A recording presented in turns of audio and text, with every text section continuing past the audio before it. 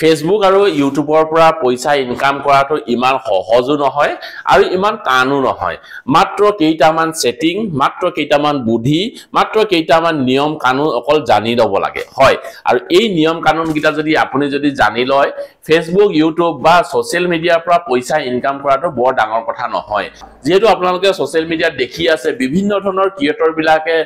মাহে প্ৰতি মাহে হাজাৰ হাজাৰ টকা ইনকাম কৰি আছে মাত্ৰ তেওঁলোকে সকলোখিনি কথা জানে কাৰণেহে তেওঁলোকে ইনকাম কৰি আছে আৰু আমাৰ সমাজত বহু মহিলা বা বহু পুৰুষ আছে তেওঁলোকে দিনে ৰাতিয়ে কষ্ট কৰি আছে কিন্তু তেওঁলোকে সোশ্যাল মিডিয়াৰ পৰা অৰ্থাৎ ফেসবুক ইউটিউবৰ পৰা আজিলৈকে এটকাও ইনকাম কৰিব পৰা নাই যদিহে জানে নিয়ম বিলাক একেবাৰে সহজ যদিহে নাজানে আপুনি গোটেই জীৱনটো কষ্ট কৰি থাকিও একো লাভ নাই কিছুমান নিয়ম নীতি কথা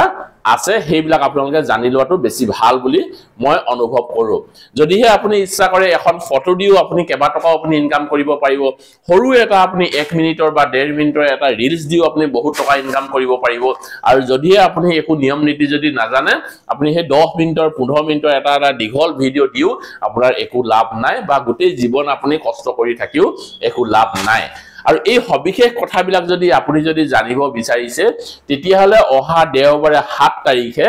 আপোনালোকে আমাৰ হুনৰ অসম ফাউণ্ডেশ্যনৰ ফালৰ পৰা এটা প্ৰশিক্ষণ দিয়া হ'ব যে ফেসবুক ইউটিউব বা সোশ্যাল মিডিয়াত কি ধৰণে পইচা ইনকাম কৰিব পাৰি সবিশেষ এই প্ৰশিক্ষণটো শিকোৱা হ'ব গোটেই সেটিং বিলাক শিকাই দিয়া হ'ব